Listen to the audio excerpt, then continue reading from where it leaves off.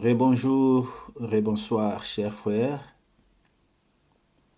Je suis votre frère Nyamuhombeza Ombe de la République démocratique du Congo, du Sud Kivu. Je viens de l'Est du pays. Je vis ici en Finlande depuis des années. J'ose croire que vous êtes désormais habitué à mes vidéos qui vous sont présentées dans plusieurs langues, dans différentes langues, entre autres le swahili, le français, l'anglais, le lingala, etc., etc. Aujourd'hui, je viens devant vous avec un sujet qui est aussi pertinent dans la vie, dans la société, dans la communauté congolaise, celle qui est à l'intérieur du pays comme celle de la diaspora. Le sujet n'est autre que un sujet qui vraiment, dans ces derniers temps, gangrène la société congolaise, même elle ne laisse échapper quelqu'un, ne laisse échapper personne de sa chasse. Eh bien, c'est bien connu par tout le monde que notre pays, la RDC, est un pays multiculturel avec c'est plus de 400 langues et dialectes. Et normalement, à chaque groupe linguistique correspond une existence ethno-tribale, mais aussi qui enferme, qui englobe en soi des valeurs, je dirais, culturelles beaucoup plus appropriées. Je vais avant tout souligner que cette diversité linguistique, culturelle et j'en passe, est irréversiblement, n'est-ce pas, euh, un atout des valeurs multidimensionnelles. Un, euh, un atout des valeurs multidimensionnelles qui devrait vraiment nous aider à nous épanouir socialement, culturellement, économiquement, etc., etc. Eh bien, chers frères et sœurs, malheureusement, ces champs, beaucoup plus précieux, ces champs patrimoniaux, ces vies au fur des années, envahis par des opportunistes qui désormais ne s'en servent que pour leurs fins politico-économiques, qui ne profitent qu'à eux-mêmes, qu'à eux seuls bien sûr. Suivez-moi attentivement, parce que ici, je vais essayer d'être un peu beaucoup plus global, et après, vers la fin de cet article, je vais me focaliser sur le point du jour. Parce que ici, je vous parle aujourd'hui du tribalisme. C'est tribalisme, donc du tribalisme et du régionalisme comme un défi majeur pour l'émergence de notre pays, la République démocratique du Congo. Nous avons désormais difficile à utiliser ces mots convenablement quand nous parlons de la République démocratique du Congo, parce que en quelque sorte, à un certain moment, on a cette intention-là d'utiliser peut-être la République à démocratiser du Congo. Parce que la dite démocratie, elle ne se voit pas. Moi, individuellement, je ne la vois pas. Quand on parle de la démocratie en République démocratique du Congo, c'est bien comme l'on parlerait aussi de son indépendance, deux choses quasi inexistantes si ce n'est que dans les dires, aussi dans le papier, mais pas dans le quotidien du Congolais. On n'est pas indépendant du tout et peut-être je vous demanderai de m'excuser et puis d'aborder les sujets de l'indépendance dans un autre article qui n'est pas celui-ci. En effet, depuis une cinquantaine d'années de la soi-disant indépendance, comme je venais de le soulever, l'histoire de la République démocratique du Congo est restée celle des luttes interminables, interethniques et interrégionales, parfois même beaucoup plus sanglantes entre les filles et les fils du pays. Depuis les années 1960, ce pays est gangréné par des conflits, je dirais, itératifs, sans que ce ne soit exhaustif, excusez-moi. On peut en citer entre autres certains de ces conflits, comme je venais de le dire. Je peux dire par exemple le conflit Louba-Loulou à Loulouabourg. Là, c'est l'année même, la dite année de l'indépendance en 1960 au mois de juillet. Ceux qui connaissent bien l'histoire de la République démocratique du Congo, notre pays, comprennent de quoi je parle. Je peux aussi évoquer le conflit des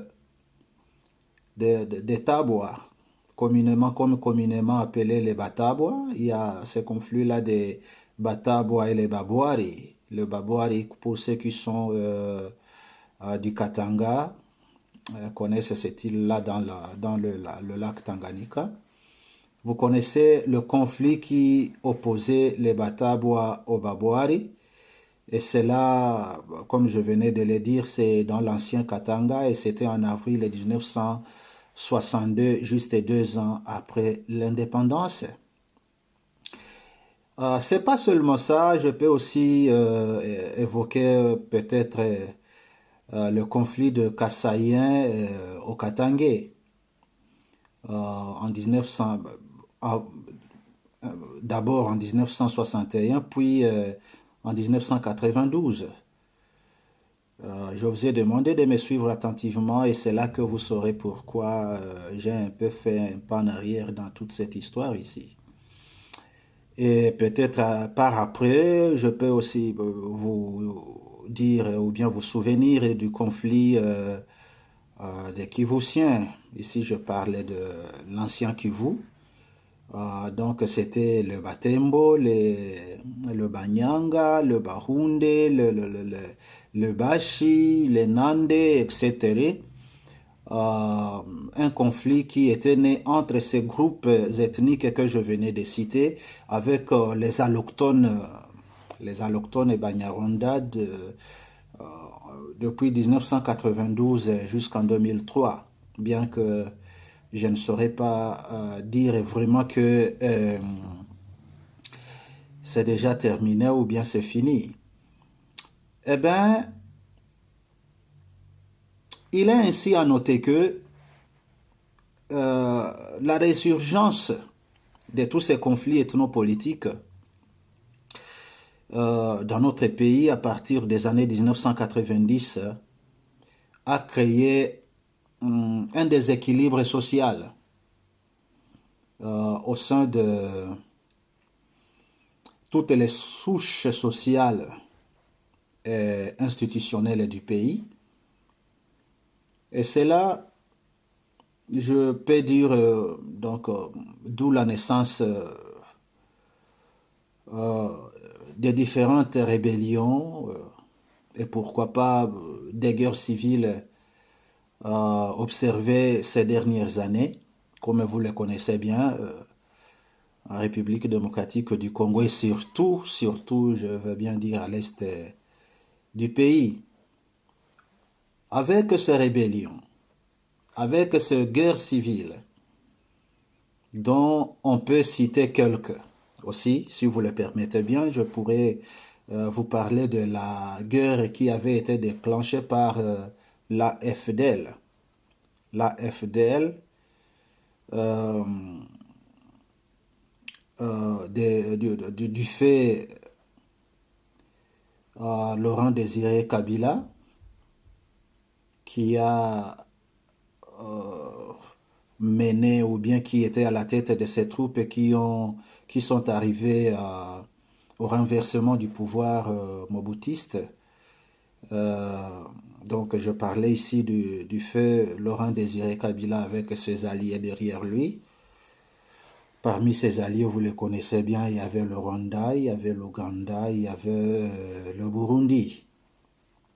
Et par après, vous le savez aussi qu'après l'AFDL, nous avons vu naître le Rassemblement congolais pour la démocratie, ce qu'on appelait RDC. Je m'excuse, RCD, euh, qui par après, il a eu aussi ses deux branches. Il y a eu le RCD Goma, qui était animé par des rwandophones, mais il y avait aussi ce qu'on appelait le RDC ML, dominé en grande partie par, je dirais, des Nandais. Si je ne m'abuse pas, c'était, oui, le Nandé, le Maï Maï. Il y avait aussi comme deux groupes comme le plus connu était l'UPC, l'UPC qui était un groupe pro-Hema dans l'Ituri, mais il y avait aussi le FNI qui était aussi un groupe pro-Lendu. Donc, vous savez, ce conflit-là qui apportait aussi beaucoup d'âmes de nos frères et sœurs congolais entre les Hema d'une part et d'autre part le Lendu. Après ça, on a aussi vu naître le CNDP. CNDP du général Laurent Kunda, qui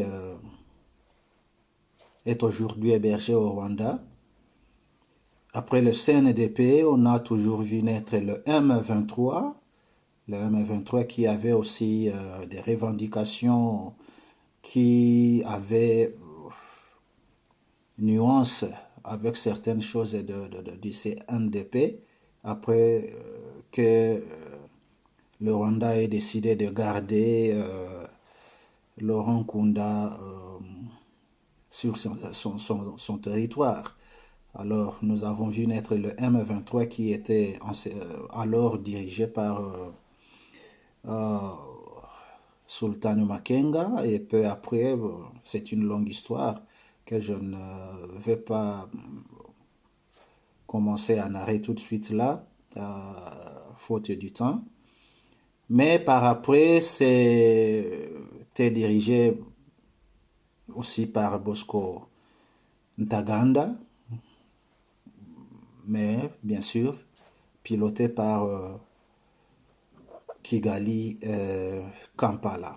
Eh bien, etc., etc. Mais je voulais vous donner une petite lumière, comme j'avais soulevé le point de rébellion et de guerre civile.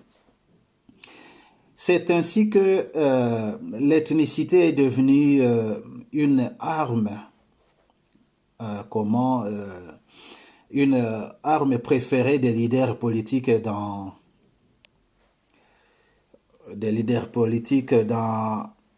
à leur quête du pouvoir d'État, entre autres, et je peux vous souvenir, parce que vous n'êtes pas sans le savoir, le cas de Nomanda Nsemi, qui quelques mois passés, ou bien une année passée, si j'ai bonne mémoire, si je ne m'abuse pas, il utilisait des médias. Vous savez, il est le gourou, il est le représentant du groupe politico-mystique appelé BDK ou bien Bundu Dia Congo ou BDM, communément appelé Bundu Dia Mayala, qui opère au Congo central. Eh bien, je le cite, il disait: quand je fais le tour de la province du Congo central, je trouve de Baswahili, je trouve de Bangala, je trouve de Baluba dans tous les postes publics au détriment de nos frères Bakongo. Et il disait, je cite toujours, chose grave, ils ne veulent même pas parler notre langue, le Kikongo, quand ils viennent occuper le poste que devaient occuper nos frères ici au Congo central, ils nous imposent à parler leur langue respective. Fin de citation. Et de ceci, Nomanda Nsemi n'avait cessé de dire que tous ces gens précités, donc les Baswahili, les Bakongo et les Bangala, devraient quitter leur province, le Congo central, et laisser le tout au profit je dirais, des autochtones de la province. Ça n'est rien d'autre que le tribalisme et le régionalisme, avéré d'ailleurs. Mais quand il les disait, il utilisait des médias et on trouvait cela normal. On trouvait cela normal. On ne pourrait pas lui demander la raison d'une telle déclaration, car il est même arrivé à dire que si jamais ça ne s'est réalisé, il était prêt pour la sécession et la balkanisation de la province du Congo central. Ça, c'est un exemple typique que je voulais vous dire quant à ce problème d'ethnicité. De même, je peux aussi citer le problème de Laurent Nkunda, parce que tout le temps, à travers les médias aussi, il disait qu'il menait la guerre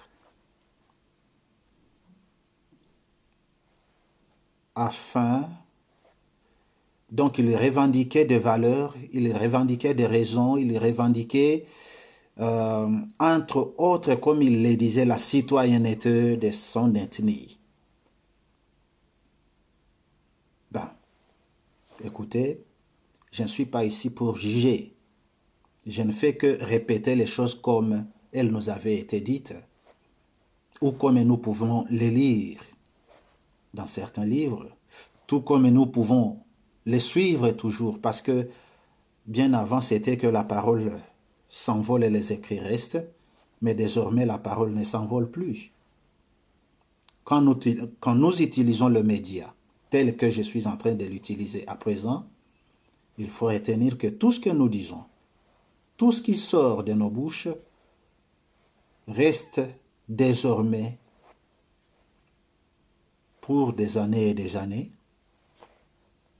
C'est exploitable à n'importe quel moment. Eh bien, donc ce que j'ai dit ici, je l'ai dit haut et fort. C'était le même cas au Katanga avec le groupe de Bakata Katanga. C'était le même cas avec Moïse Tshombe lors de la sécession katangaise. Eh bien, pourquoi pas peut-être demain avec le problème de Kassaïen qui persiste aussi aujourd'hui. Bien qu'il y a une main noire mise, une main mise là, dans ce problème-là, une main noire derrière tout ce qui se passe, comme je le disais, ou bien je l'ai dit dans mes vidéos précédentes. Eh bien, l'usage fréquent de l'ethnicité dans le fonctionnement des affaires publiques, parce que c'est partout. Quand vous allez dans le bureau public de l'État, vous y rencontrez l'ethnicité, le tribalisme.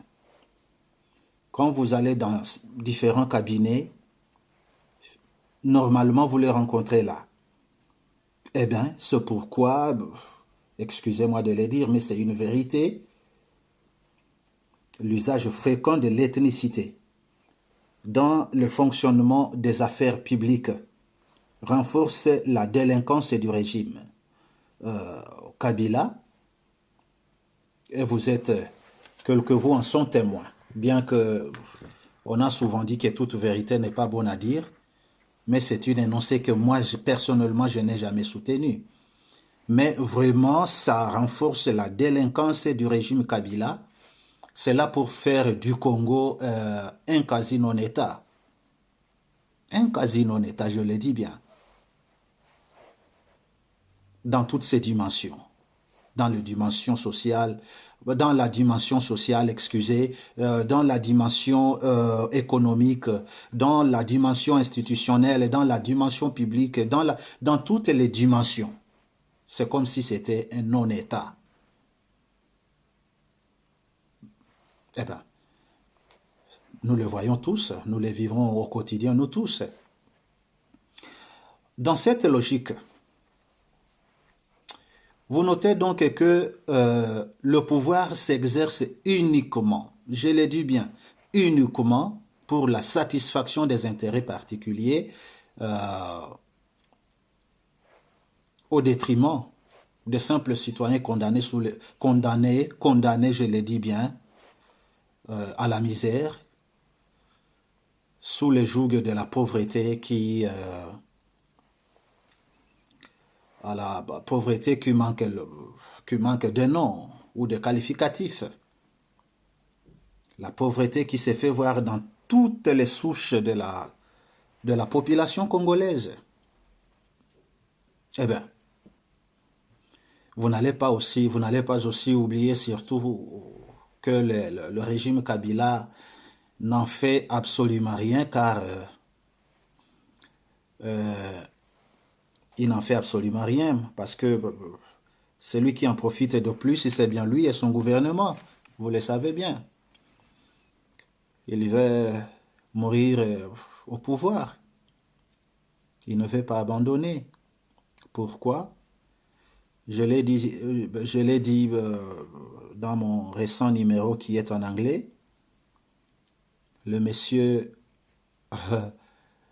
a peur de ce fait. Mais il est quand même nécessaire. Il est nécessaire qu'il sache que les faits sont têtus. Les faits sont têtus. Rester au pouvoir pendant 10 ans, pendant 20 ans, ça ne signifie pas que les faits vont s'oublier. Non, ils sont là. Et à n'importe quel moment que vous déciderez de quitter ou bien que vous serez contraint de quitter le pouvoir, cette vérité-là, c'est bien elle qui vous recevra la première. C'est connu de tous. Eh bien, comme je le disais tantôt, c'est pour leurs intérêts particuliers au détriment des simples citoyens congolais qui crèvent de faim, qui ne bénéficient pas des soins médicaux, qui dorment à la belle étoile, qui sont contraints de quitter leur maison à cause de ce tribalisme. Voilà, vous savez, nous avons atteint le record parce que nous sommes le premier pays qui héberge des déplacés à l'intérieur de son pays. Hein. Si nous ne sommes pas le premier, nous sommes le second au niveau mondial. Eh bien, n'oubliez pas aussi que le régime Kabila n'a fait absolument rien car ce genre d'affaires, donc je le disais tantôt, du recours à l'ethnicité dans la conquête et l'exercice du pouvoir que Kabila et son clique hein, euh, trouvent leur gain. Ils trouvent leur gain dans ce genre de turbulences, d'ingérence, mais aussi ça renforce les fonctionnements informels de son régime pour ainsi comment justifier les échecs de l'État post-colonial congolais. Ouais, il faut retenir ça aussi parce que c'est un des points importants qu'on puisse aussi parler. Eh bien, chers frères, quand on parle de tout ça, quand on parle de tous ces maux du Congo, ça fait mal, hein? Ça fait mal au cœur, ça fait mal à l'esprit, parce que ça ne nous honore pas. Ça n'honore pas l'enfant du Congo, ça n'honore pas le pays, ça n'honore pas la nation.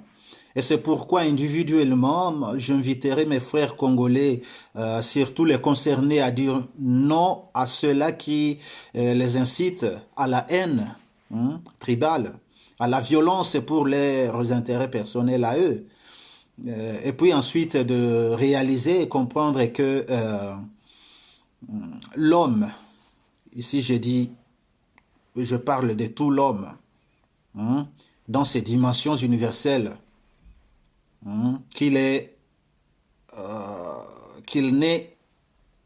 esclave ni de sa race, non plus de sa langue, ni de sa religion, ni de ses cours de fleuve, mais d'ailleurs moins encore de ses origines géographiques. Ici, quand je parle des origines géographiques, c'est ici que je commence maintenant à parler du point du jour, le régionalisme.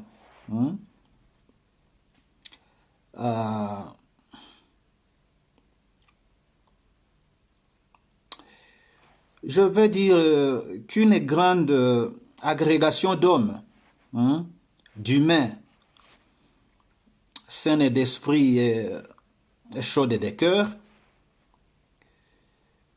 crée une conscience morale, n'est-ce pas, qui s'appelle nation. Je dis,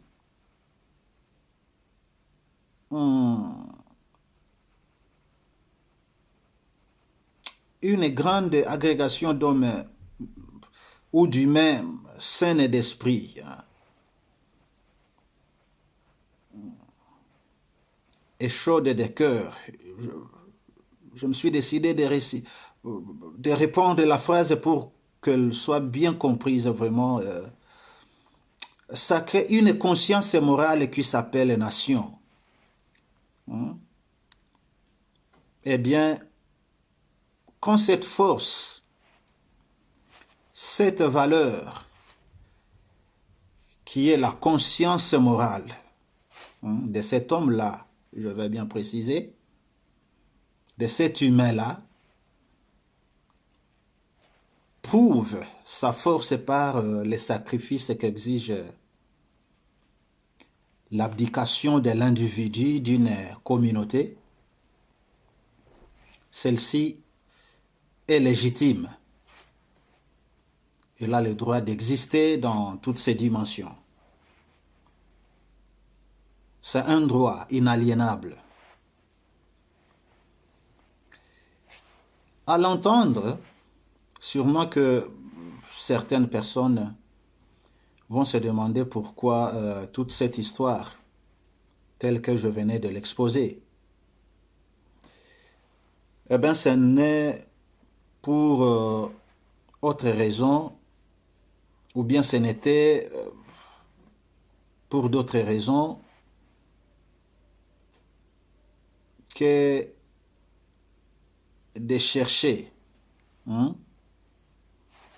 ensemble à s'imprégner des origines de ces délits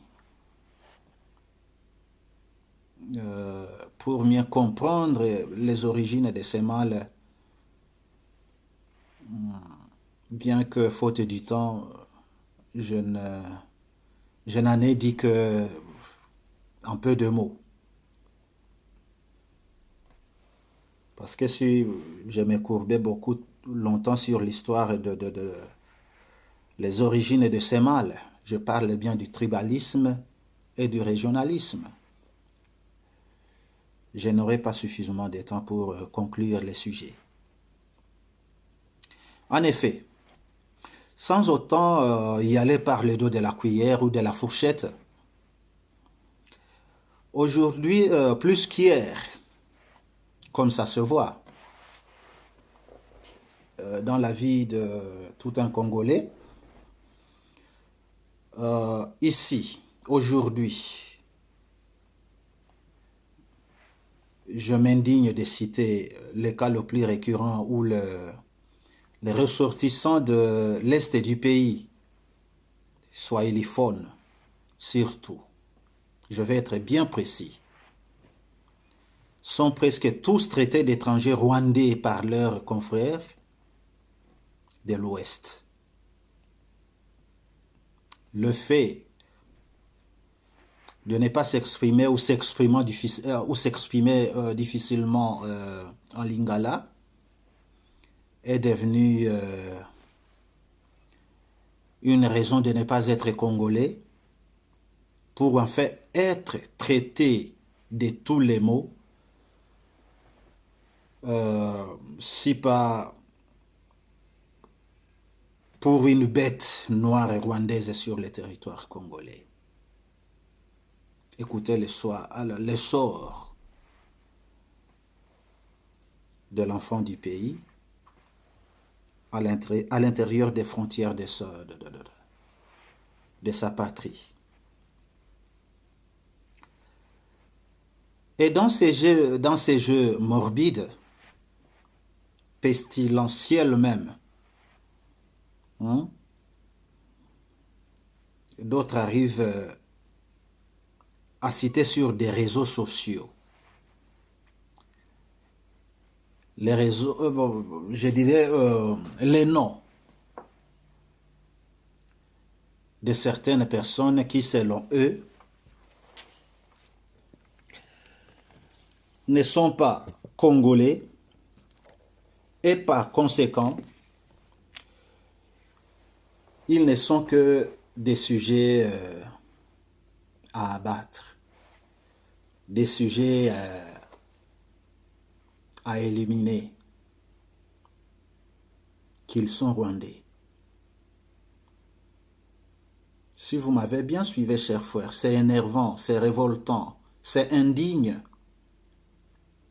Dans un pays où l'on parle plus de 400 langues et dialectes, parce que vous ne vous exprimez pas correctement ou presque pas dans une de ces langues, eh bien, vous n'êtes plus congolais. Mais ça, c'est la xénophobie. Ça, c'est une xénophobie, mes frères. Et là, l'État reste bouche cousue. Bouche cousue. Et ici, de vous souvenir, mes frères, que on dit souvent que qui ne dit mot consent.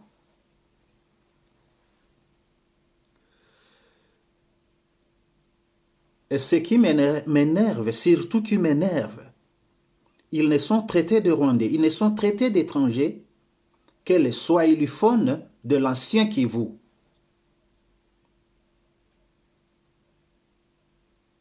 Quel avilissement, mon Dieu. Quel avilissement. C'est énervant vraiment. Eh bien, chers frères, pour ne pas aller beaucoup plus loin et prendre suffisamment de temps, laisse-moi conclure ces sujets. En peu de mots. Je vous demanderai quand même de vous souvenir que pour ces mêmes raisons de tribalisme qui désormais est devenu du hot dog, est devenu du pizza. C'est devenu du pizza, c'est devenu du jus à boire, ou de la tartine sur la table de la diaspora congolaise. Vous me comprenez bien, mes chers frères. À cause de ceci, un important nombre d'innocents Congolais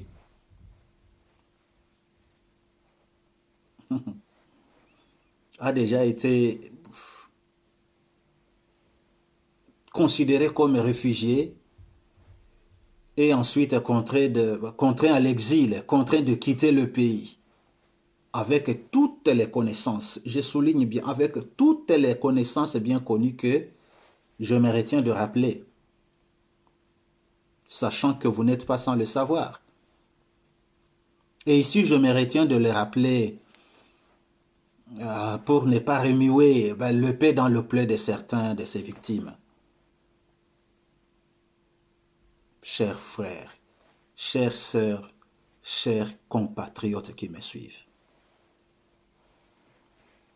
la récidivité n'inquiète nullement personne, car libéralement sur les mêmes réseaux sociaux, les mêmes médias, voire dans les lieux publics, dans les lieux des travaux publics, dans le cabinet de l'État, d'autres n'hésitent plus jamais à reprendre les mêmes paroles, les mêmes discours séparatistes, je les souligne bien, sans être inquiétés, sans être nullement inquiétés. Nous les avons ici en Europe partout.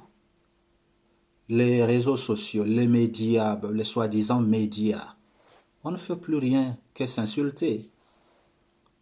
C'est nommer d'étrangers avec des qualificatifs que je ne saurais déterminer. De papa adulte, de maman adulte, qui insultent d'autres compatriotes, on dirait, je ne sais pas, c'est suffisamment dédaignant, c'est bête, excusez-moi. Enfin, moi, individuellement, en mon nom individuel, puis au nom de plusieurs victimes de ce fait, et en celui de nombreux de nos patriotes congolais.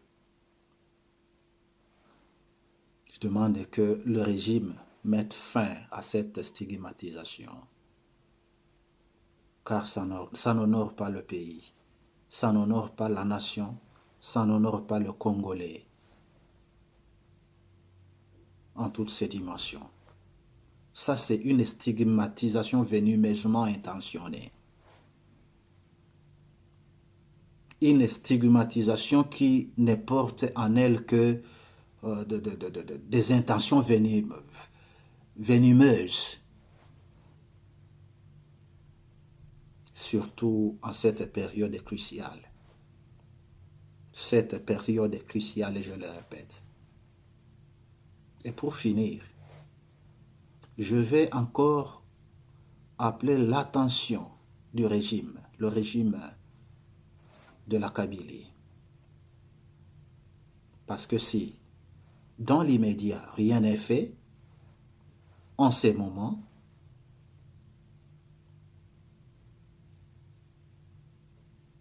écoutez mes frères, je suis sincère.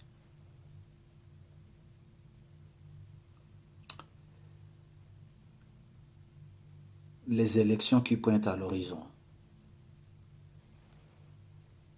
si jamais le régime permettra qu'elles aient lieu, ces élections qui pointent à l'horizon, eh bien, suffisamment attendues par nombre de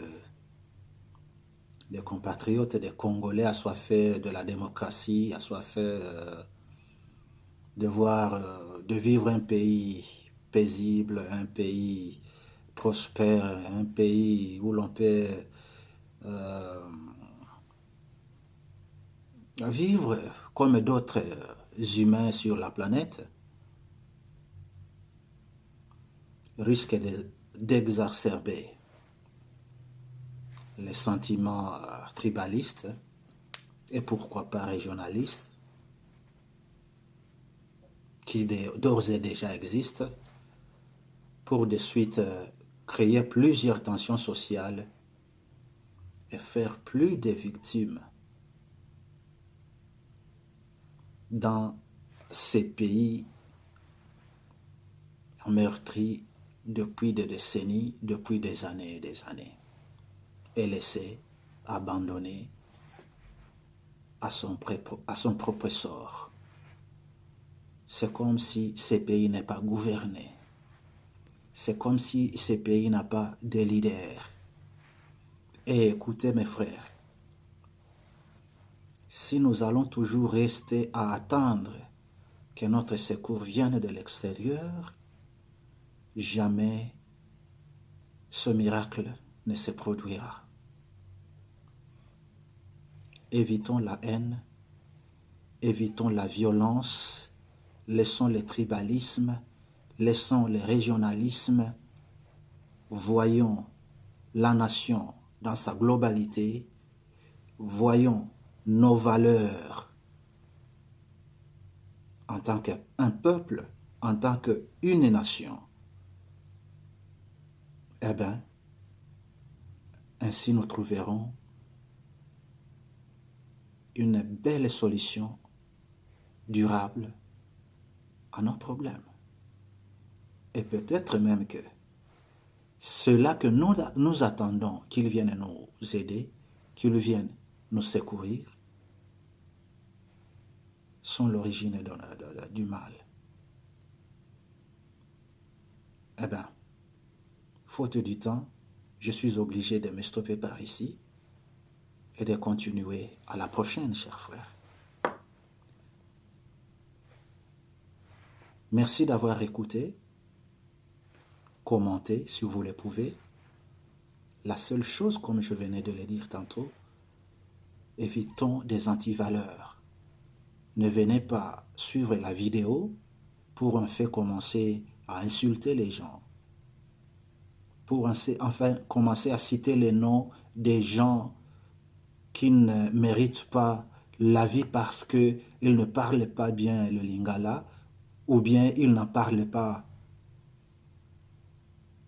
Sur tout ça, je vous remercie, chers frères. Que vive le Congo unifié, que vive la nation congolaise, que vivent les enfants du Congo dans le debout congolais. Merci, je dis et je vous remercie.